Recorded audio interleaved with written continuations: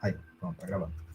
Agora sim podemos começar. Então, essa aula de hoje a gente vai trabalhar um pouco essas condições sociais, econômicas, intelectuais, que deram para uma disciplina surgir, né? Uma disciplina surgir aí como ciência, de fato, né?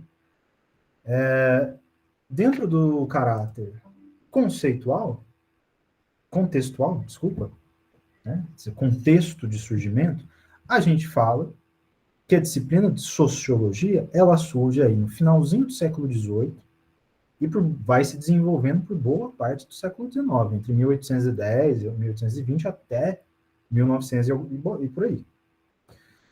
Período que ficou aí chamado, né, pelo historiador Eric Hobsbawm, né, a Era das Revoluções. Então, se tem como contexto de surgimento da sociologia esse período que a gente chama de 1760 até 1850, de Era das Revoluções, onde a Europa ela está vivendo um turbilhão social, econômico, está vivendo inúmeras transformações em vários níveis que têm afetado a vida das pessoas, que têm afetado as condições de existência das pessoas.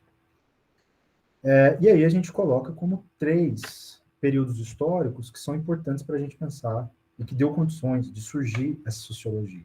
Né? O primeiro aí é o período do Iluminismo, né? Vocês devem conhecer de aulas de história moderna. O período do Iluminismo, então, como uma transformação intelectual, né? Que pega também aí do século XVIII. Né? Autores aí como Immanuel Kant, Jean-Jacques Rousseau, você já deve ter ouvido falar, John Locke, entre outros. Né? Esses autores iluministas vão ser extremamente importantes para o desenvolvimento da filosofia, né? Do desenvolvimento de uma forma de crítica da sociedade.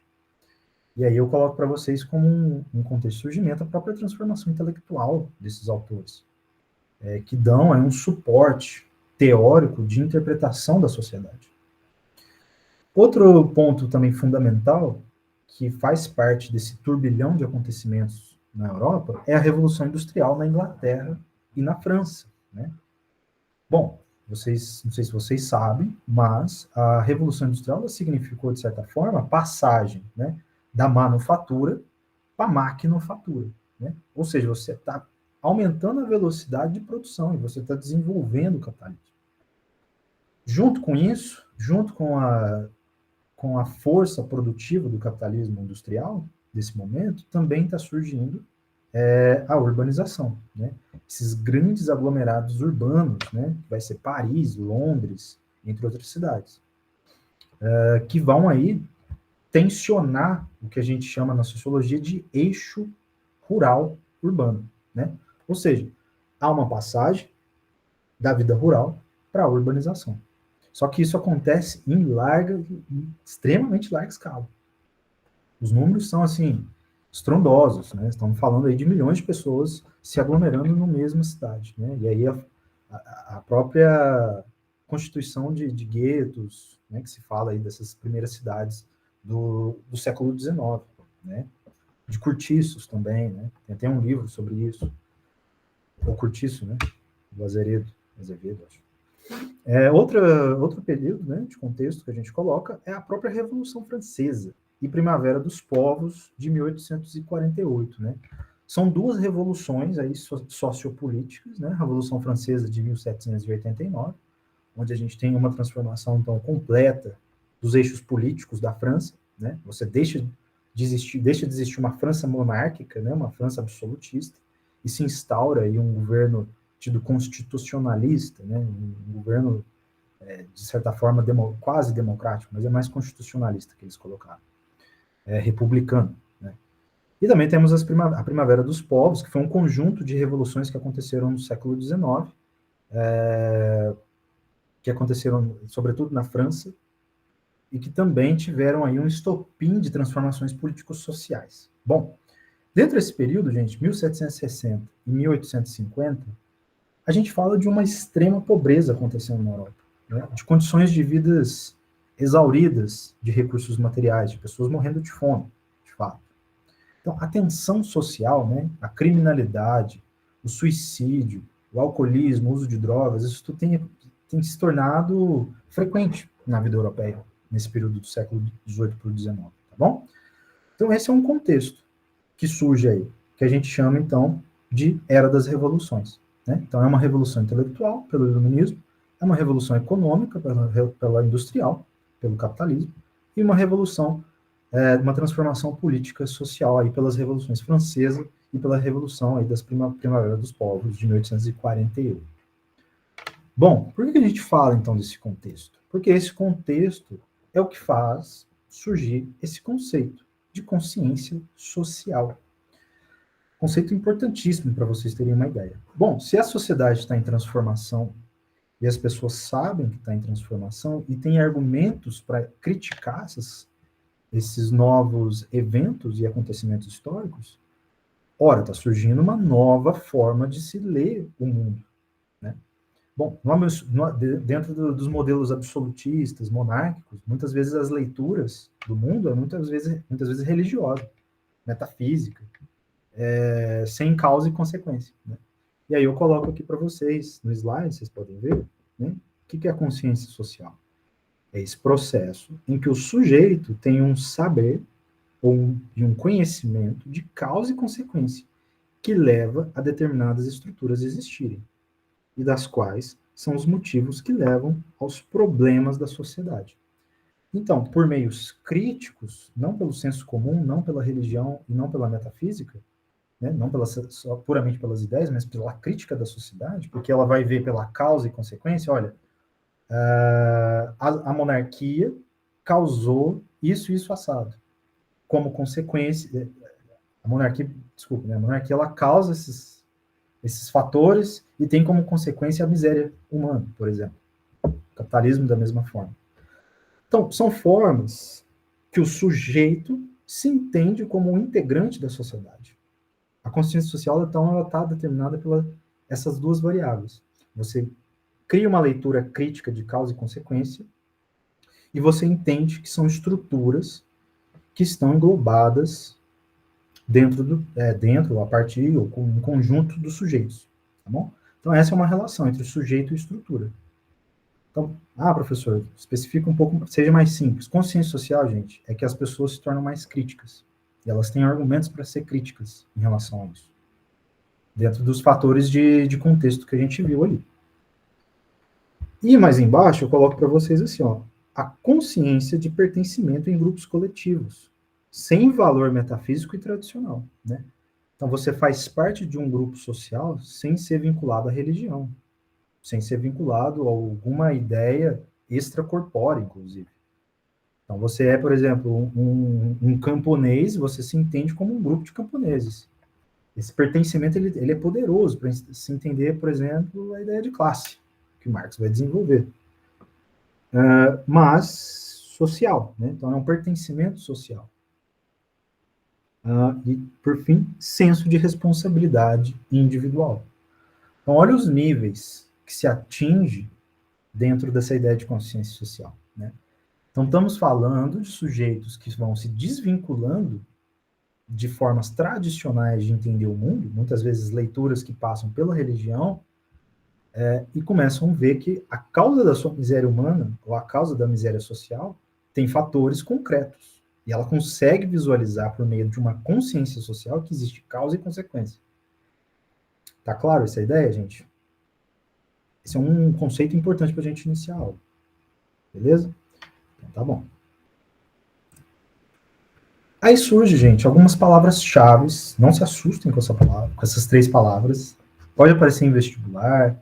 Às vezes, alguma questão traz um texto e vocês podem falar, meu Deus, o que é isso? Existe essa primeirinha palavra aí, que é muito importante, que é a ideia de secularização. É tornar-se secular, de certa forma. O que significa isso? É basicamente o que eu acabei de falar para vocês. O Estado, né, depois da Revolução Francesa, depois de todas as transformações políticos sociais, ele deixa de ser regido por funções religiosas.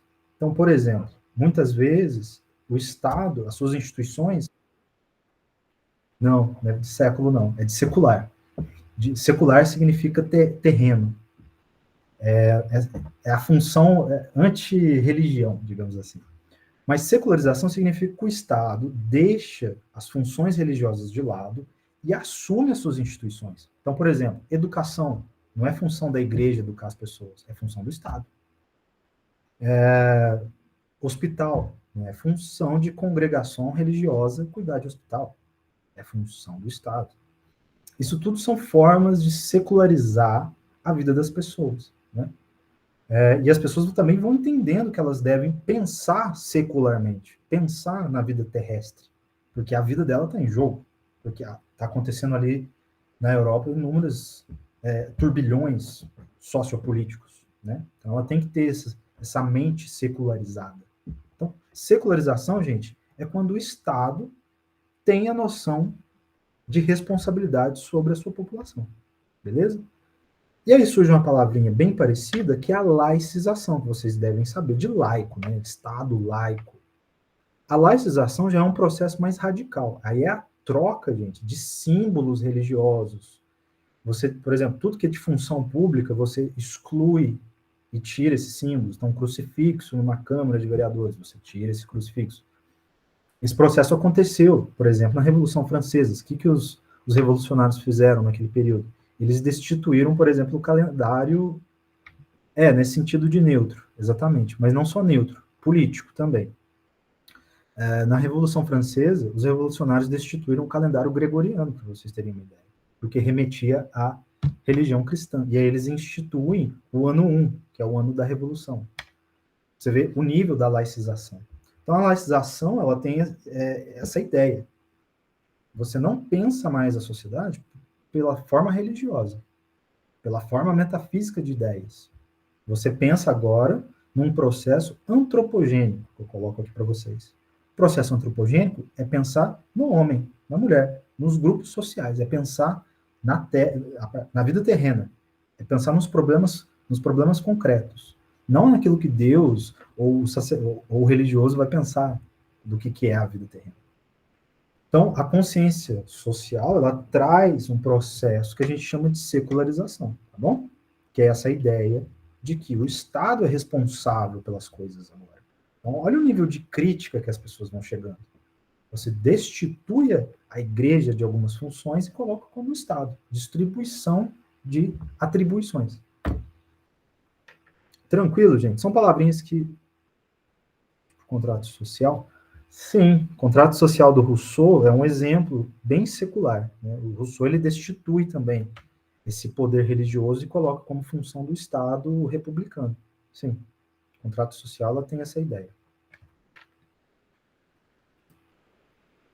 Eu trouxe aqui uma questãozinha também de literatura, que eu acho importante vocês saberem. O vestibular também tem gostado de misturar disciplinas, né?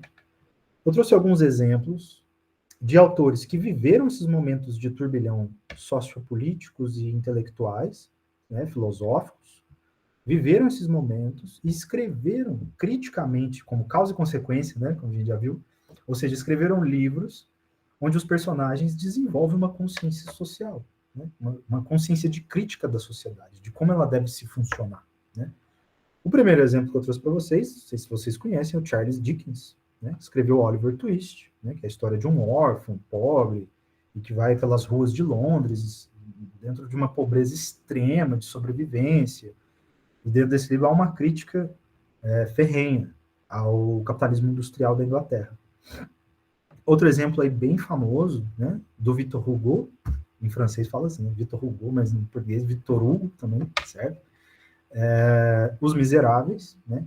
É um calhamaço aí de 1.500 páginas, mas é um livro lindíssimo, maravilhoso, vale a leitura, né? Escrito em 1862, e é um livro que retrata, inclusive, as revoluções de 1848, né? Que é a Primavera dos Povos que a gente viu. É um livro onde ele desenvolve, de fato, uma crítica aí ao sistema autoritário do Estado, uma crítica também à velharia da religião, ele vai falar sobre isso, né? É uma história fenomenal, acho que é um livro que vale muito a pena vocês lerem um dia. E ele escreve sobre a França, tá bom? Sobre a França revolucionária. Outro exemplo que eu trouxe para vocês aqui é Virginia Woolf, não sei se vocês conhecem ela, é uma autora inglesa, que escreveu um livrozinho pequeno chamado Orlando, de 1928.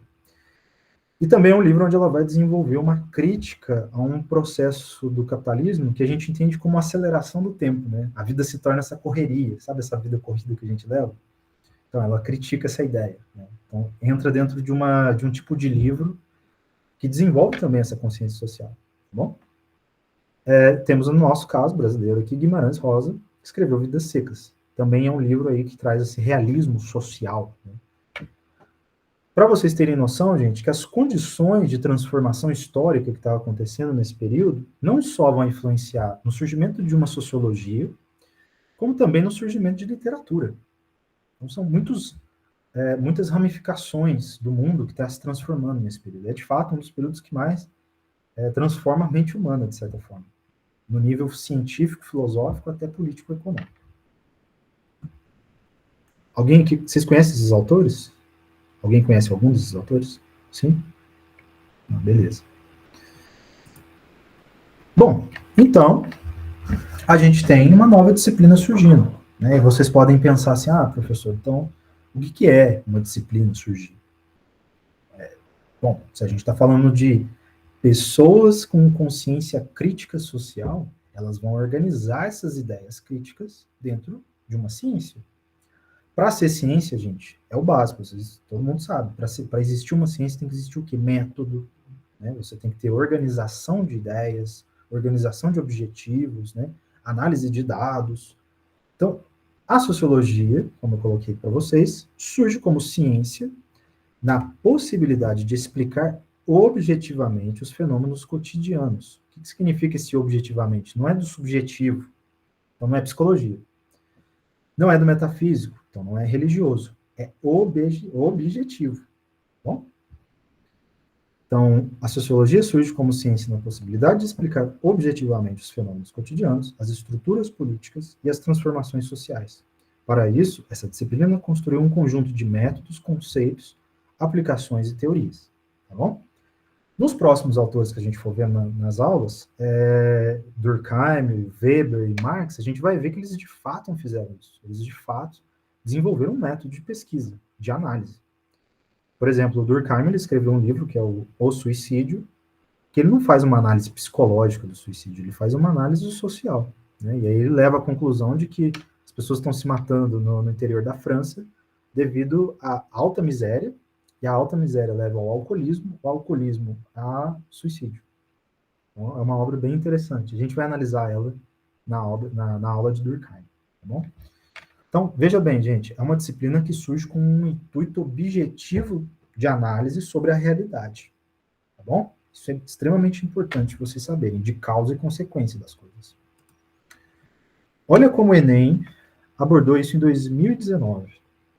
Uma questãozinha que traz dois textos. Eu considero aí uma questão sobre a ideia de objetividade na ciência. Então, vamos ver aqui. Ó. O primeiro texto é de Francis Bacon, um autor aí do século XVI, que escreveu em 1620 o Novo Organo, que é um livro sobre filosofia empírica, filosofia experimental, esse tipo de coisa.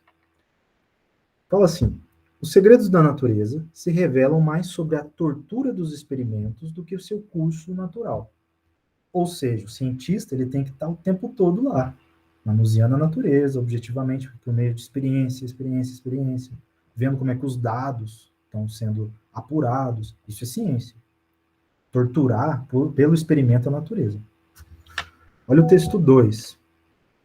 O ser humano, totalmente desintegrado do todo, não percebe mais as relações de equilíbrio da natureza. Age de forma totalmente desarmônica sobre o ambiente, causando grandes desequilíbrios ambientais. Texto aí de Guimarães, a dimensão ambiental na educação. Vamos ver o que a questão quer. Os textos indicam uma relação da sociedade diante da natureza, caracterizada pela... Respondem? Acho que de tudo que eu falei, fica uma questão tranquila de responder.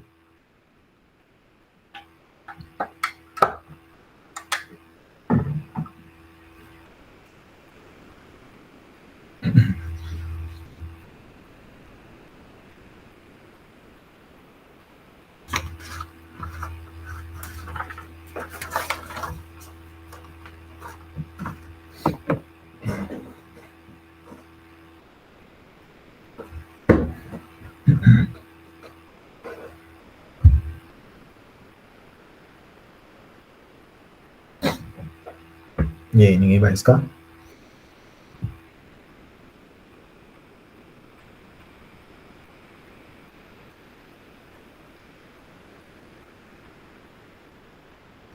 Valkyria A, mais alguém?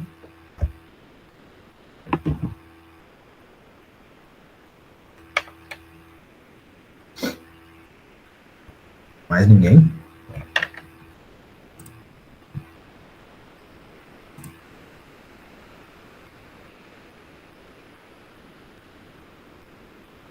Só mais um.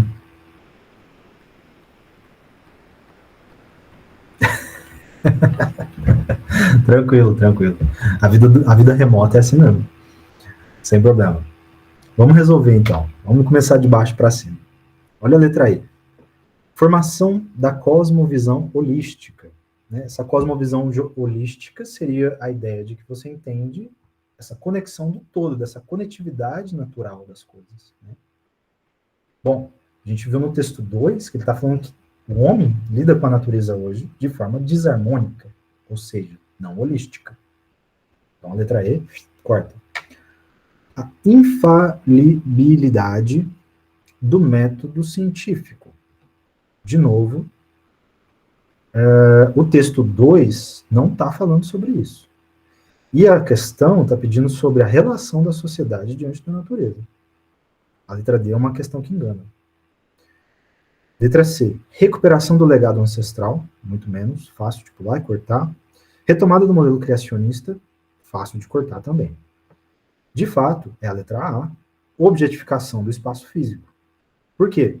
O texto do Bacon está falando sobre a tortura do experimento, né? E o experimento já é essa objetificação da natureza, né? O cientista ele tem que lidar de forma objetiva com a natureza.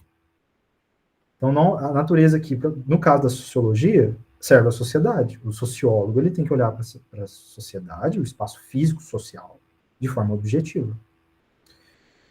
E o texto 2 está criticando essa objetificação do espaço físico. Então, a relação entre a sociedade e a natureza é conflitante, mas da mesma forma que é objetiva. É a letra A mesmo, viu? Vocês ficaram com dúvida, alguma coisa? Tranquilo? É pura interpretação. Mas, assim, é uma questão que dá para a gente refletir sobre a ideia de ciência como sinônimo de objetividade. Vamos passar.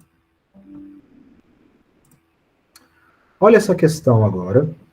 Caiu na UFU, né, Uberlândia, 2016. Questão também interessante para a gente pensar esse inicinho da aula. Esse comecinho aí de surgimento da sociologia. Olha o que a questão diz.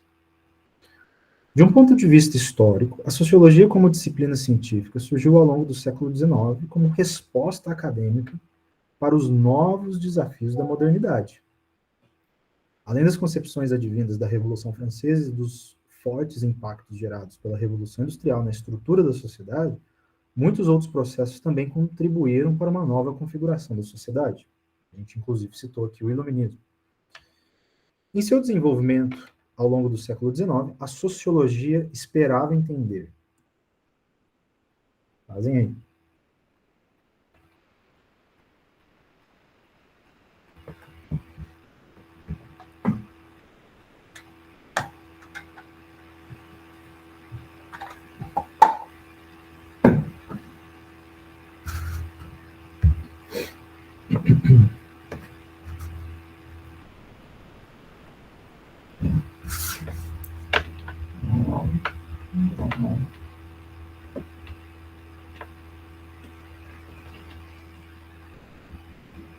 Letra A, né? Uhum. Vamos de baixo para cima de novo. Letra D. A sociologia, então, queria entender a Revolução Francesa como um marco revolucionário que modificou o pensamento, apesar de manter as tradições aristocráticas. Está errado por dois motivos. A sociologia não surge para entender a Revolução Francesa, e a Revolução Francesa pôs fim à tradição aristocrática. Então, está errado por dois motivos. Letra C. A subjetividade dos indivíduos nas pesquisas sociológicas, como uma disciplina científica com um método próprio. Essa questão, letra C, gente, ela é interessante porque a subjetividade dentro da sociologia, em algum momento ela vai surgir, tá bom? E será Max Weber que vai fazer isso. A gente vai ver na aula de Max Weber, sem preocupação. Mas, nesse primeiro momento, né, essa sociologia do Auguste Comte, Emile Durkheim, era uma sociologia que eliminava a subjetividade, de qualquer forma. Então, eliminava a psicanálise, psicologia, entre outras disciplinas. Não estava, em momento algum, querendo saber da subjetividade de ninguém, mas dos grupos sociais, de forma objetiva. Então, a letra C está errada. A sociologia queria entender como a Revolução Industrial encerrou a transição entre o feudalismo e o capitalismo, sem prejuízo da classe trabalhadora, pois foi beneficiado por esse processo. Né? A gente viu que a gente está num contexto de extrema miséria e fome dentro das cidades. Então, sim, a letra A, vocês responderam bem, os grupos sociais, as causas de desintegração social vigente. Né? Então, ou seja, está surgindo aí uma relação nova entre o homem e o mundo, no meio disso surge uma disciplina que consegue interpretar essa relação. Né? É entender os grupos sociais e realmente entender como a sociedade está se fragmentando, né? Está se autodestruindo, digamos assim, em vários aspectos. Né?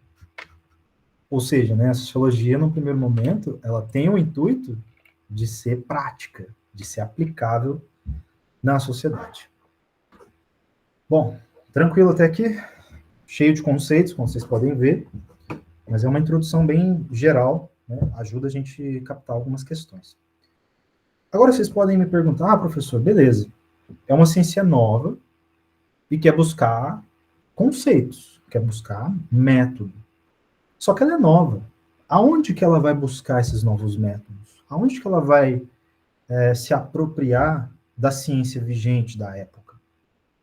Bom, meus queridos, qual que era a ciência vigente entre os séculos XVIII e XIX? Duas delas, medicina e biologia. São as duas disciplinas, né? A biologia que nasce no século XIX, a medicina já é mais antiga, mas são duas áreas tidas aí como o grande patamar científico da época, né? O grande desenvolvimento, né? Então, a sociologia, ela entra nessa esteira das revoluções das ciências empíricas e pega para si o conhecimento biológico e esse valor de objetividade da biologia. Vocês acham que isso ia dar certo, gente? Obviamente que não. Isso ia dar merda. E deu merda. Bom, é nesse momento, por exemplo, que surgem interpretações evolucionistas, né? Surgem interpretações extremamente racistas. Pode falar, Victor. Foi nessa época que foi feito aquele estudo sobre a perfeição arial, dizendo que a raça branca era mais evoluída, sendo que não Sim. tinha nenhuma base científica. Sim, exatamente. Exatamente. É você analisar os grupos sociais e etnias por bases biológicas. Só que isso sem fundamentação sociológica e crítica, né, política nenhuma. Né? Então, é um tipo de sociologia que surge extremamente estereotipada e bem preconceituosa. Quando você pega os textos desses autores, você pode, às vezes, até se assustar. Lógico, são obras fundamentais. Beleza, Valquírio. Imagina, tranquilo. Bom descanso para você. É um momento que está surgindo essas disciplinas que são bem deturpadas, né? Se a gente olha com nossos olhos de hoje. E aí eu trouxe aqui para vocês alguns conceitos que a própria sociologia vai colocando para ela mesma. Evolução é uma delas, né? A ideia de que grupos sociais evoluem, né? Qual é a problemática desse conceito de evolução social? Você cria um aspecto de a sociedade civilizada em contraponto à sociedade bárbara, né? Sociedades primitivas. Né? O africano, ele é bárbaro, ele é primitivo. O europeu, ele é o auge da civilização, porque ele tem a indústria, ele tem a ciência, e por aí vai, entende? Isso é problemático. Você cria também a ideia de patologias sociais, né? Patologia é um termo bem biológico, bem médico. Você cria a ideia de patologia social. Quem vai usar muito isso? Patologia, anomia? Durkheim, né? Então, por exemplo, quando ele faz na obra lá, o suicídio, que eu comentei com vocês, ele faz uma análise do suicídio e ele indica anomias sociais que levam ao suicídio. Que nem eu falei, o alcoolismo, por exemplo, o uso de drogas, prostituição, a miséria extrema para ele, são formas de anomia social, patologia social, tá bom?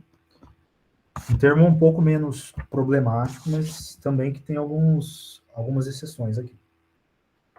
Outro termo que aparece são leis, né? Isso você já deve ter ouvido falar, leis sociais, né? O problema da lei social é que você finca no chão determinadas situações que podem ser plurais no mundo, como certas leis. E, tipo assim, mundo social, gente, é extremamente complexo. Não tem como você estabelecer leis sociais. Porque muitas vezes a própria configuração da sociedade vai levar a outras situações, a outros resultados. Né? E junto com as leis surge esse conceito de determinação. Né? Então, por exemplo, é nesse momento que surge o famosíssimo conceito que já apareceu em prova inúmeras vezes, que é darwinismo social, né?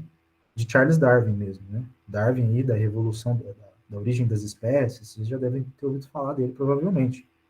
Então, a sociologia pega na origem das espécies do Darwin e aplica para a sociedade. Olha que loucura isso. E cria esse conceito aí de determinação. Por que determinação é problemático também? Porque cria a ideia de que o homem branco, europeu, civilizado, ele pode ir nas sociedades africanas, por exemplo, e levar essas sociedades à sua evolução, à sua determinação, que é ser civilizado. Né? Isso dá argumentos para o imperialismo, por exemplo. Isso é bem problemático também. A sociologia também vai apropriar o conceito de raça e vai desenvolver a ideia de negro, branco, e surgem esses outros subconceitos aí que são extremamente problemáticos, né, de pardo e por aí vai. Então, gente, de forma geral, né, eu coloquei na seta, utilizar as ciências naturais como modelo de aplicação na vida social para dar um grau de cientificismo na metodologia científica, na metodologia de pesquisa, tá bom?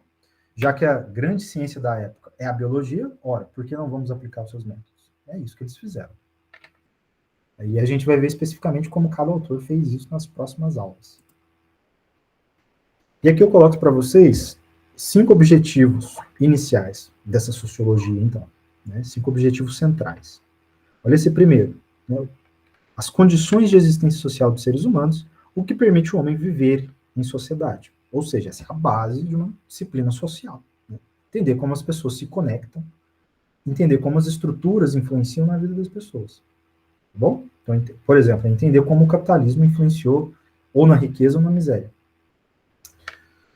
Segundo ponto, abandono das leis metafísicas, dogmas e religiosidade. O homem é responsável pelas transformações ao seu redor. Acho que a gente já discutiu bastante isso, não precisa ficar... Tá. Metafísica aqui é no sentido de esse mundo das ideias, muitas vezes retomando aí pensamento religioso.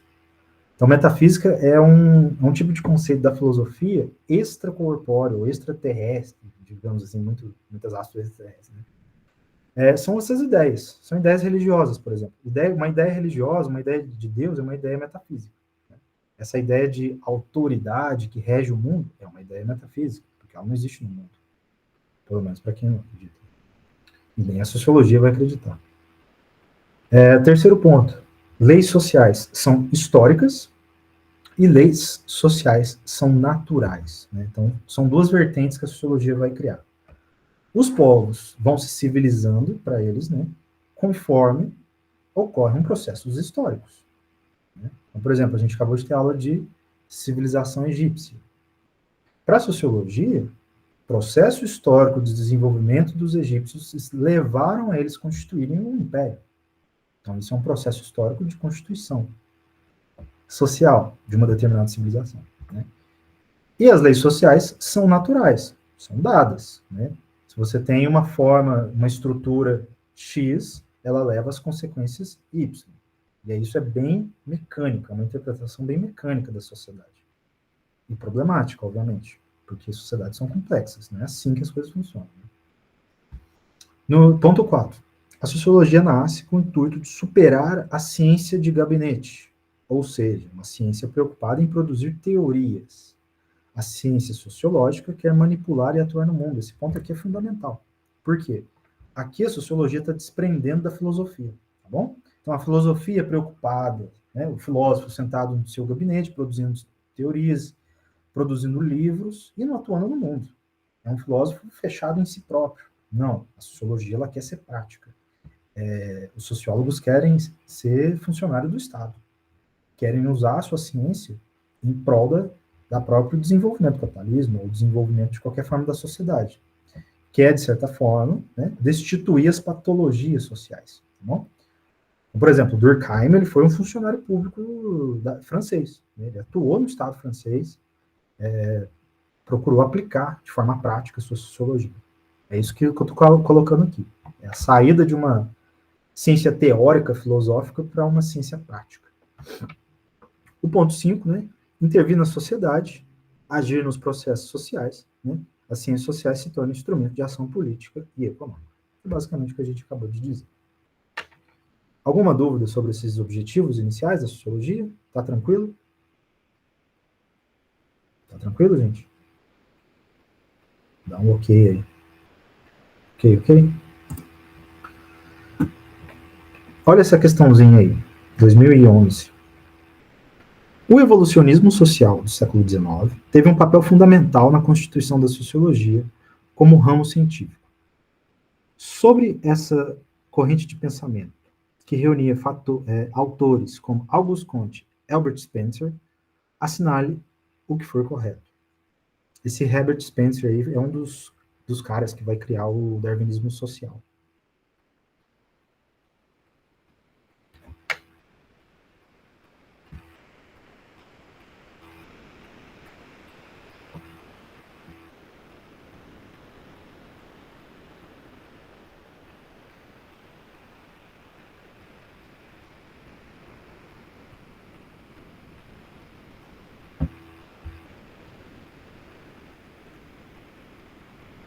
É uma questão difícil, eu diria. Ela é bem conceitual.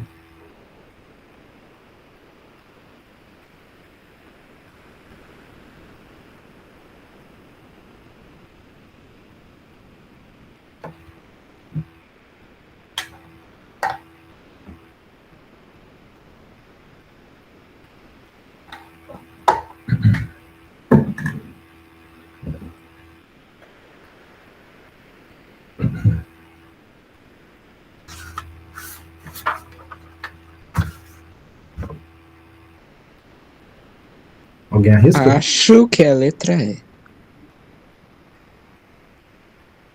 Beleza. Vamos fazer então. Vamos começar pela E, já que você achou que era essa. Olha só, o evolucionismo defende a unidade biológica e cognitiva da espécie humana. Ele está basicamente falando que o evolucionismo defende aqui uma ideia de união entre etnias, união entre raças, de forma biológica. Bom, a gente sabe, né, por meio até pelo surgimento da Segunda Guerra, que a sociologia foi usada como argumento de desenvolvimento de uma raça pura. Então, esse evolucionismo extremamente racista, de certa forma, ele não preza pela unidade biológica, ele preza pela diferenciação das raças, sobretudo procurando uma raça pura e civilizada. Então, não é a letra E. Letra D. O evolucionismo rejeita o modelo político e econômico liberal, né, baseando-se na livre iniciativa do laissez-faire, considerando uma orientação contrária à evolução social. Esse laissez-faire aí é sobre a mão invisível do Estado, deixe fazer, significa isso. Mas não, o evolucionismo ele não rejeita o liberalismo, não. Os dois estão carne e unha ali. Letra C. O evolucionismo considera o Estado militar como a forma mais evoluída de organização social, fundamentada na cooperação interna e obrigatória. O evolucionismo considera o Estado científico como o mais evoluído, não o militar. Então aí engana. É uma questão breve. Mas não é militar, não, é científico. Agora, entre a B e a A. O evolucionismo propõe que a evolução das sociedades ocorre em estágios sucessivos de racionalização. Qual é o erro dessa questão? Até é, sim, sucessivas racionalizações. Só que isso é uma parte da evolução da sociedade. Não é a forma principal. É um conjunto de elementos que leva à evolução da sociedade. Então, não é só a racionalização. Tem outros elementos políticos, econômicos também. O próprio capitalismo. Olha a letra A. O evolucionismo defende que as estruturas naturais ou sociais passam por processos de diferenciação, ou seja, do primitivo ao civilizado. Inter, in, e entrega, não, integração, desculpa, gente, diferenciação e integração que levam ao seu aprimoramento. Bem a ideia de evolução, bem a ideia de desenvolvimento. Questãozinha chatinha, mas dá para fazer. Bom, aí vocês podem me perguntar também em qual sociedade está se desenvolvendo. Né? A gente já falou, né, no começo da aula que deixa de existir um Estado monárquico absolutista, de um tipo de vida mais rural, tradicional, há um processo de êxodo rural, inclusive, e de industrialização ou urbanização. Bom, qual sociedade surge a sociologia? Obviamente que a sociedade industrial. A sociedade industrial é onde surge a sociologia. E por surgir na sociedade industrial, que esse será o tema principal da sociologia. Marx, por exemplo, ele escreveu o Capital, né, que vocês devem conhecer, que é um livro basicamente sobre as estruturas do capitalismo industrial. Essa é a ideia do livro. Né? Não é falar de comunismo, é falar sobre a sociedade industrial. Então, esse é o tema principal. Eu pus alguns pontos aqui para vocês verem, né? É a economia de mercado. É explicar o capitalismo, é explicar como a sociedade chegou nesse ponto, né? De uma forma positiva ou negativa. Aí depende do autor. Marx negativamente, Auguste Comte de forma mais positiva, aí depende. Né? Eles também estão preocupados em entender um processo de aceleração do tempo e velocidade das transformações, né? Como a gente viu, é um tempo da rapidez, é um tempo de consumir mais rápido, de produzir mais rápido. Muda-se a forma de alimentar, muda-se a relação com o tempo. Né? Nas fábricas, na Inglaterra, por exemplo, começa a colocar grandes relógios para o trabalhador olhar para esse relógio e ver a produtividade acontecendo. Pode falar, Vitor. É verdade que os donos das indústrias, eles retardavam o relógio para os funcionários ficarem mais tempo? Verdade, é verdade. A hora de um trabalhador na Revolução Industrial é mais ou menos de 16 até 18 horas, o que já é muita coisa. Havia alguns casos de retardamento de relógio, e aí as pessoas passavam até 20 horas, né? Era bem comum dormir por 4 horas e voltar ao trabalho, né? Se construíam, nessa época, as chamadas workhouses, né? Workhouses são casas de trabalho. O cara literalmente dormia dentro da fábrica. Era trabalhar, dormir, trabalhar, dormir. Só que junto com esse trabalhar, dormir, surgiu a urbanização e a miséria social. E essa miséria social, né, nessa falta do que fazer, muitas vezes, o que surge de entretenimento é a bebida. Né? Na Inglaterra, por exemplo, o gin e o uísque vão ser produzidos em larga escala, ser consumidos. Consumidos até como forma de alimento. Às vezes a pessoa, na falta de alimento, bebia gin. Isso era bem comum. Surge também na sociedade industrial a pluralidade de valores sociais e morais. Pensa comigo, a pessoa que mora na roça, em pequenas comunidades, elas estão compartilhando o mesmo valor ético, a mesma moralidade, que é passada de pai para filho, de avô para pai, e por aí vai. Nas grandes cidades, cada um pensa de uma forma. Olha, essa é a grande complexidade da vida urbana, industrial. Né? Então, há essa pluralidade de valores. A sociologia está querendo entender esses fenômenos também. E temos, por fim, fenômenos de massa, né? Consumo em massa, determinadas atitudes de massa, né? Então, por exemplo, né, a própria alimentação, a forma de se alimentar se tornou padronizada, né? Era comum na Inglaterra industrial deixar de comer carne pela falta de dinheiro e consumir batatas, né? O consumo de batatas foi uma questão, um fenômeno de massa, mas é muito mais do que isso. Né? O fenômeno de massa é bem, por exemplo, no que as pessoas consomem e por aí vai. Bom, temos um minutinho de aula. Eu ia passar essa questãozinha do Enem, mas ela é um pouco grande. Acaba que não vale a pena. Tinha outra questão também. Eu vou colocar esses slides. Pode falar, Juliana. Esse fenômeno de massa que você está falando, tipo, massa da população ou massa no sentido de comida? Não, é no sentido de população mesmo. Eu falei de batata, ficou parecendo que é de comida, né? Entendi, obrigada. Não, é de população. Fenômenos de grandes grupos sociais, né? É nesse sentido. Gente, seguinte, faltou alguns slides, eu ia resolver com vocês duas questõezinhas, eu vou disponibilizar elas, aí vocês resolvem em casa, qualquer coisa a gente pode discutir depois. Eu vou disponibilizar o slide final ali também, onde vocês podem ver que tem algumas informações, mas são informações que eu já falei em sala aqui, já falei aqui com vocês. Não é nada novo, não, tá bom? Mas também na próxima aula a gente pode debater essas questões que faltou aqui. Eu só não quero ficar tomando tempo de vocês, porque já é 9h30, sei que todo mundo aqui já deve estar exausto, cansado, deve ter trabalhado hoje. Bom, eu não sei se supriu as expectativas de vocês em questão de sociologia. São aulas que eu vou trazer conteúdo, sim, vou trazer questões para a gente. Um pouco de reflexão, se vocês quiserem a gente pode debater algumas questões, e por aí vai. Então, próxima aula, a gente vai trabalhar com autores, né? Auguste Comte é o primeiro deles. A gente vai ver seus argumentos, seus conceitos, seus livros. E depois vai seguindo, tá bom? O cronograma tá lá. Que bom que vocês gostaram. Qualquer feedback aí tá no grupo tô lá no grupo de WhatsApp, só mandar mensagem. Eu respondo vocês. Deixa eu tirar aqui. E tá beleza. Obrigado, viu, gente? Semana que vem é com a Carol e filosofia, então aí eu sou só na outra, viu? Daqui 2 semanas. Revisem o conteúdo, eu vou postar lá, se vocês quiserem. Vou pôr uma lista de exercício, resolvam se quiserem. E vamos conversar. Qualquer coisa, tô aí. Obrigado, gente. Boa noite. Forte abraço. Deixar de gravar, né? Parar de gravar.